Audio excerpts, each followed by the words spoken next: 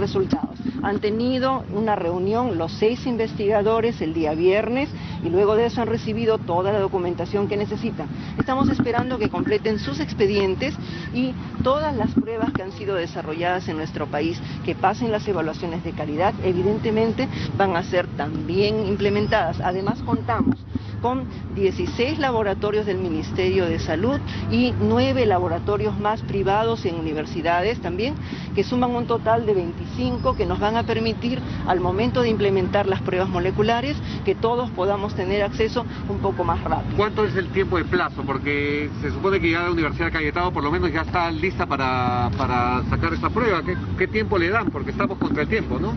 A todos los investigadores se les ha dicho que tan pronto presenten ellos toda la información que se requiere y están solamente en sección papelitos ya, van a poder recibir la autorización en 48 horas. Perfecto, estábamos hablando precisamente con la ministra de Salud que nos decía que apenas los investigadores... El especialista y director de MatLab ha proyectado que para fines de este mes los contagios coronavirus llegaría hasta casi 1 millón. ¿Esto podría ser posible o tal vez su sector también ha proyectado este número?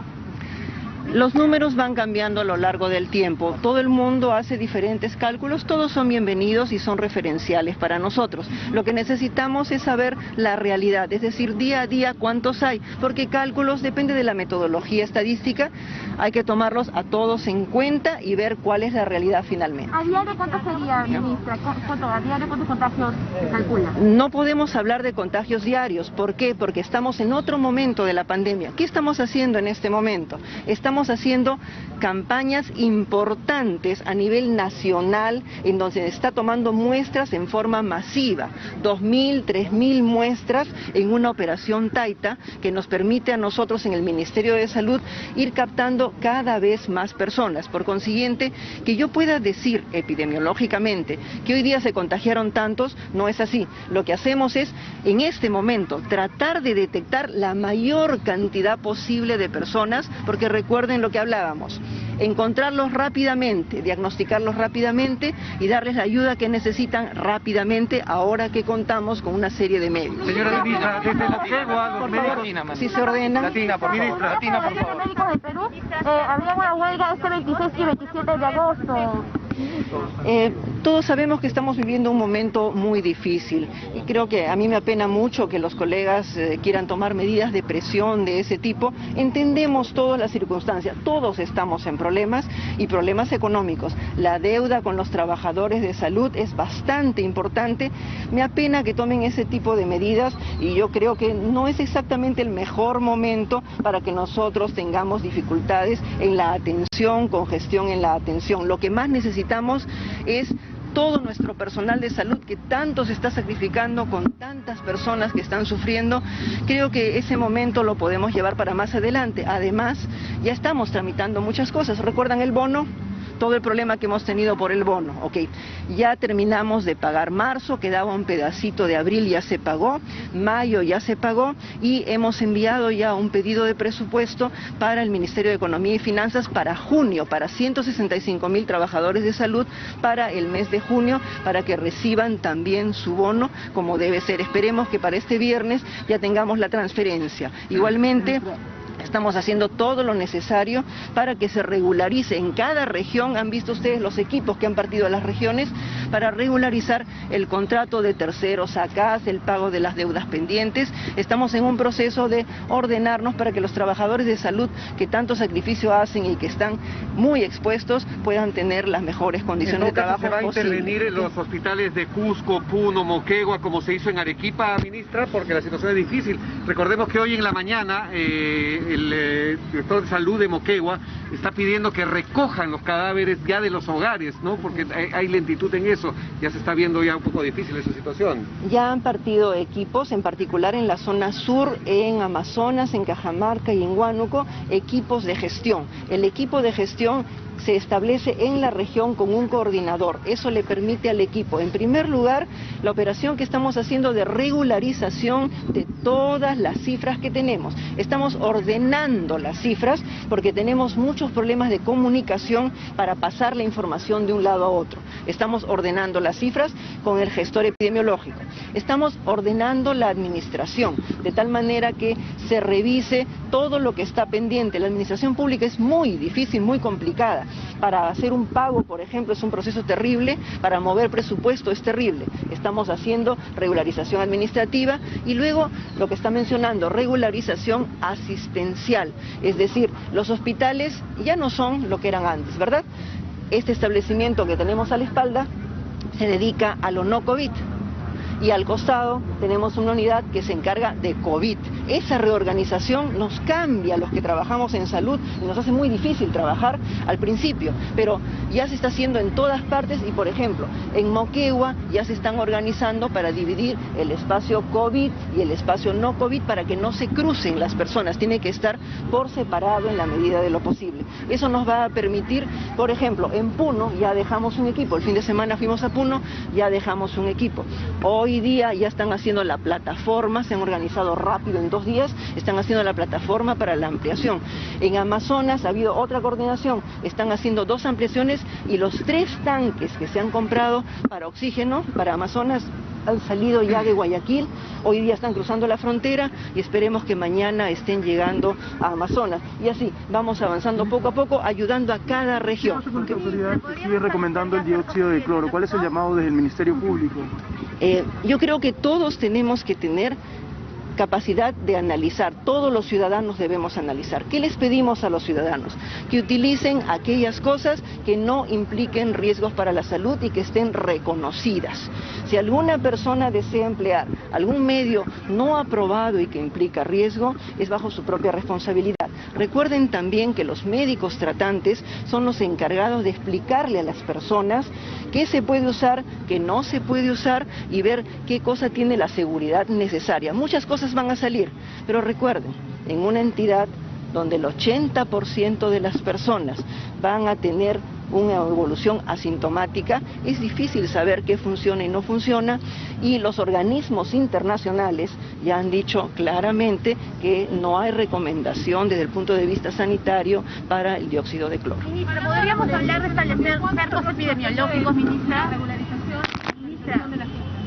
Las cifras, ya no vamos a hacer más reuniones de actualización. ¿Por qué? Porque se va a hacer día a día. Han visto ustedes que estamos poniendo en el informe, hay una parte donde dice, hoy se han regularizado tantas muestras que se han tomado días anteriores.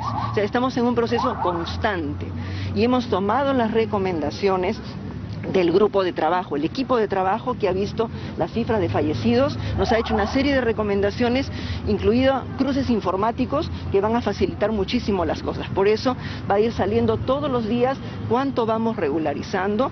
Estas son informaciones que se han registrado pero que no han llegado como tienen que llegar y las estamos aclarando día a día, como ven ustedes en el informe que sale. La movilización del domingo valió la pena y los cercos epidemiológicos, ¿podríamos establecerlos ya? ¿Estaría recomendado, no recomendado y controversia al respecto?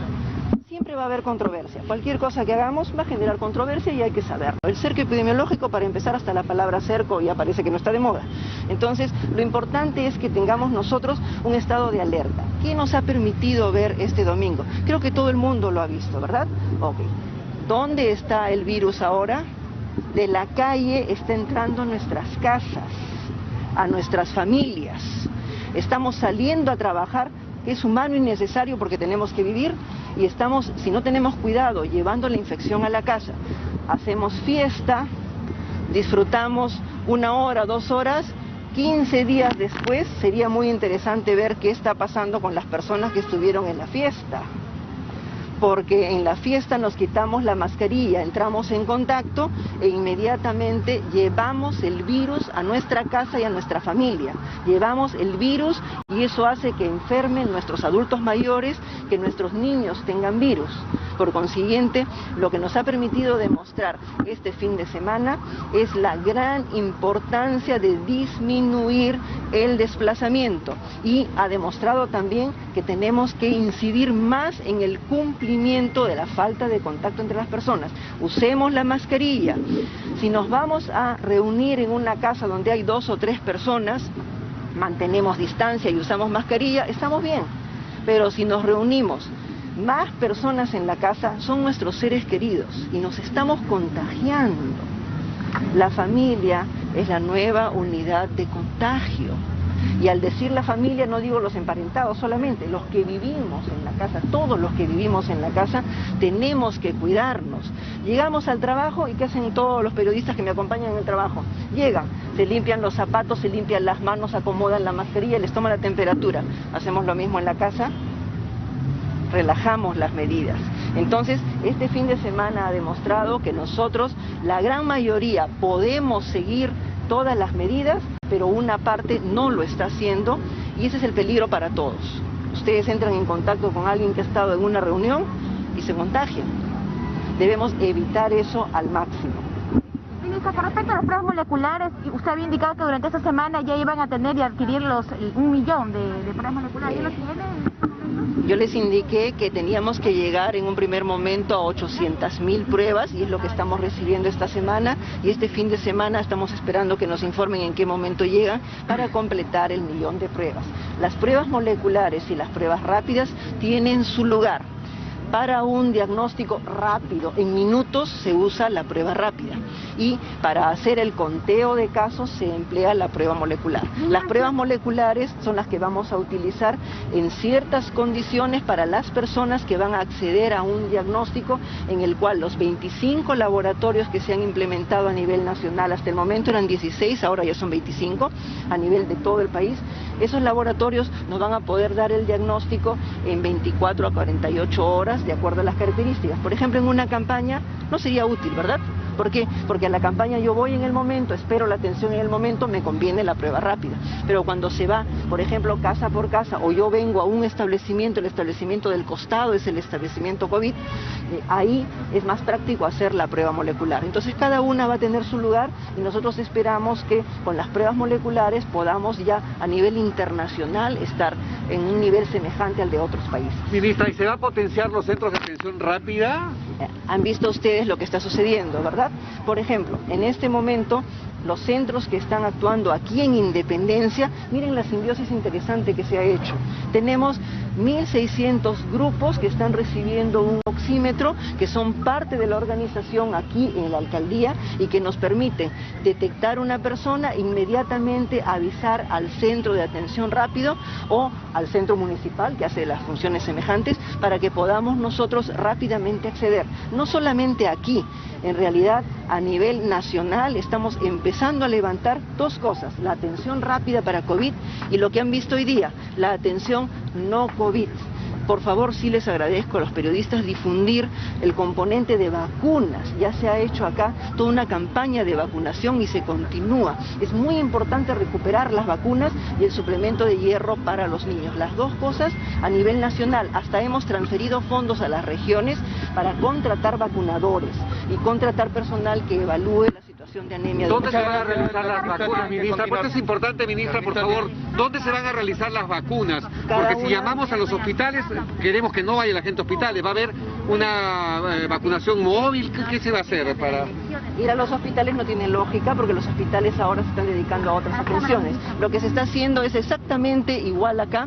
Se está haciendo campañas de vacunación donde se está yendo a los lugares a vacunar para que el público no tenga que desplazarse a los hospitales. Muchas gracias a todos. Las declaraciones entonces de la ministra de Salud, Pilar Massetti, quien ha dado pues estas declaraciones con respecto a varios temas correspondientes al sector salud, incluso en esta inauguración del primer policlínico anti-COVID en Independencia. Con esta información regresamos a estudios. Bien, Tiffany, gracias por la información. Importante también la información que daba la ministra respecto a la adquisición de las pruebas moleculares.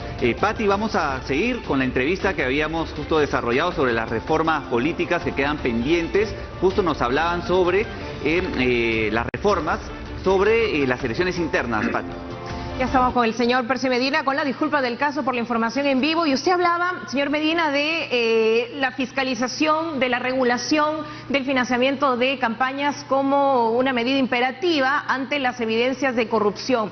Ahora, simplemente su observación sobre lo que está ocurriendo en la realidad, porque el Ministerio Público pide, por ejemplo, excluir del proceso a Fuerza Popular o, en todo caso, no excluirlo directamente, sino de alguna forma cesar sus funciones, cuando ya estamos con una campaña a cuestas, y podría ocurrir en medio de un proceso de investigación con el señor Julio Guzmán.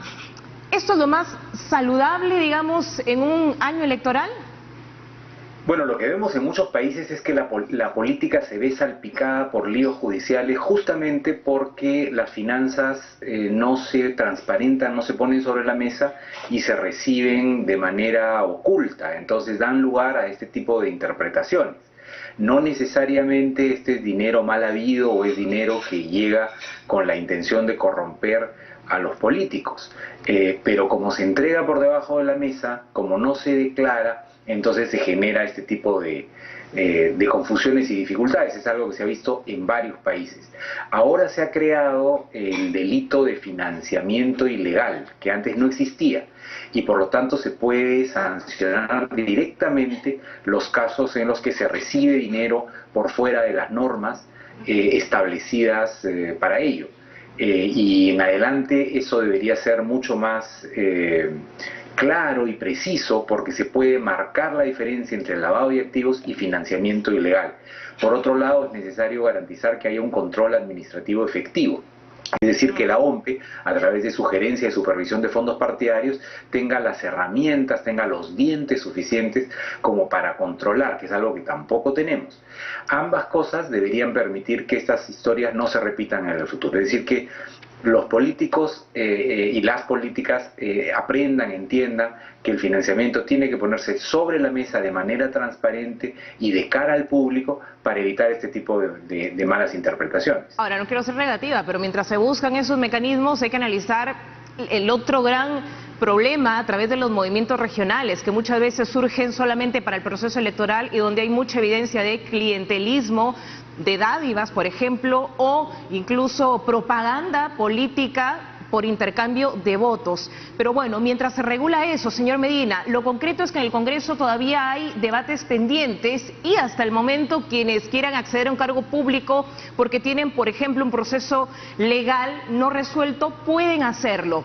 ¿Cómo vamos en los plazos a nivel de las reformas aprobadas, debatidas en el Parlamento? Efectivamente, el Parlamento está pendiente de votar en segunda votación la norma que impediría que aquellas personas que tienen una sentencia de primera instancia puedan postular. Esa es una reforma constitucional que tiene que perfeccionarse con la segunda votación. Ya se hizo la primera en la legislatura pasada y tendría que hacerse la segunda antes de septiembre para que entre junto con las demás normas electorales en vigencia en función para las elecciones del año 21.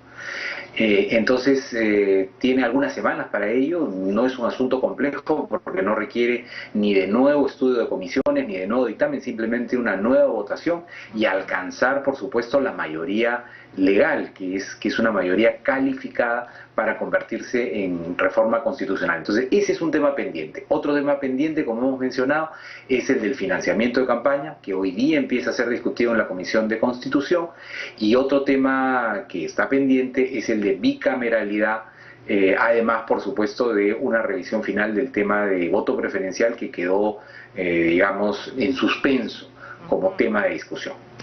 Bueno, todos estos son pedidos legítimos que se hace al Congreso para que se termine de perfeccionar esta reforma política, pero los plazos son cortos. Tendrían hasta septiembre, octubre como plazo máximo para poder aprobar alguna de estas normas. Es prudente. Ni siquiera octubre. Ni siquiera en octubre ya se presentan las listas. El propio Parlamento se ha dado como plazo 30 de septiembre para la aprobación de estas normas electorales. Alcanza el tiempo, es prudente pedirles que aprueben algo sin la plena consideración o evaluación técnica. Ya hemos visto en otros casos que eso no ha resultado muy bien. Efectivamente, estas normas tienen que estudiarse con mucho cuidado. Tenemos más o menos entre 5 y 6 semanas para que pueda aprobarse esto en el Congreso. Entonces, los plazos son cortos, pero son suficientes como para algunas de las cosas más importantes. Por ejemplo, el tema del financiamiento debería verse, muchas de las cosas se han discutido largamente. Hay una serie de propuestas que son más o menos sencillas de implementar. Por ejemplo, hay que bancarizar los aportes de campaña. No es una cosa muy compleja, es cuestión de fijar un monto a partir del cual se puede bancarizar. Yo pienso que a partir del 10% de una UIT, o sea 420 soles, es un monto bastante razonable para exigir bancarización. Ahí está una cosa concreta. Otra cosa concreta es dotar a la OMPE de las herramientas, los instrumentos para el control. Si no hay un control efectivo, la mejor regulación que uno puede imaginar no tiene viabilidad, no tiene cómo aplicarse. Y luego es el régimen de sanciones, que tiene que perfeccionarse. Hasta ahora hemos tenido solamente multas que han demostrado no ser efectivas y que ciertamente tienen que complementarse con sanciones políticas, como por ejemplo la pérdida del cargo o la suspensión del registro partidario para casos muy graves, no por supuesto para faltas leves, ¿no? Pero para faltas graves es una posibilidad, porque eso obligaría a los partidos o incentivaría a los partidos a ser cuidadosos en el cumplimiento. ¿Y qué hay de otros temas, como por ejemplo estos 5 proyectos de ley que están agendados para verse en el Congreso, que tienen que ver, por ejemplo, con el retorno del 100% de los aportes de la AFP, que también quieren echar mano a los fondos de la ONP? Propuestas que han recibido la negativa, por ejemplo, del Ministerio de Economía y Finanzas. Ese tipo de proyectos de ley, ¿a qué cree que obedecen y a qué aportan a nuestro país? Bueno, estamos en un momento muy complejo, ¿no? En el que la propia pandemia distorsiona las cosas y no lleva a un debate sosegado de las cosas. Entonces, yo entiendo que muchas personas en el Congreso quieren ayudar a la gente a responder a una coyuntura muy crítica, pero efectivamente ese tipo de cosas tendrían que pensarse con mucho cuidado, porque pueden generar efectos no deseados. El problema con estas normas que afectan la economía es que el efecto no deseado puede ser peor que la enfermedad que se quiere remediar. Entonces, sí, yo no soy especialista en esos temas y por lo tanto no entro a los detalles, pero en términos generales sí es importante la responsabilidad. Ahora, para discutir todo eso no hay un plazo específico. Para lo que hay un plazo es para las normas electorales, porque la idea es que las reglas estén claras al momento de iniciarse la competencia. Ahora, señor y si Medina, las precandidaturas para las elecciones internas se presentan ya en el mes de octubre, ya el mes de septiembre es el mes de cierre de los cambios legales, porque no se pueden estar haciendo cambios legales a última hora, moviendo las reglas de juego y generando incertidumbre.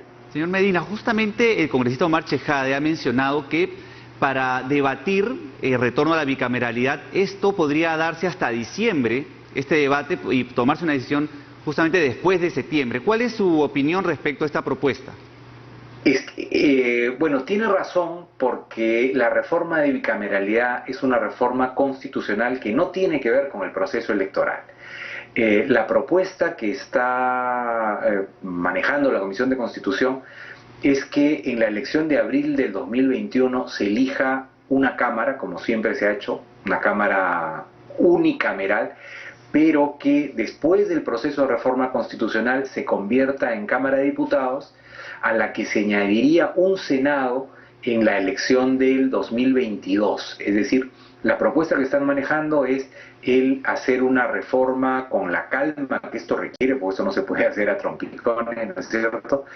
Votar en una primera legislatura este año, en una segunda legislatura el próximo año, ¿no? Y dejar la reforma lista para que se implemente recién a partir de las elecciones municipales y regionales, junto con las cuales, esa es la propuesta que tienen algunos parlamentarios, se elegiría un Senado. Ese Senado se elegiría solamente para completar el periodo hasta el 2026. En esa medida, esa reforma sí se puede hacer incluso más allá del 30 de septiembre porque no es una norma que afecta la elección de abril del 2021. Bien, señor Medina, queda claro entonces que esto no interferiría con el proceso electoral que tenemos ya muy cerca y bueno, quedan temas pendientes, ya en otra oportunidad seguiremos conversando con usted, ya que las reformas políticas requieren de tiempo, de debate y sobre todo de mucho análisis. Muchas gracias por su tiempo, vamos a cambiar de información, vamos a retomar la información.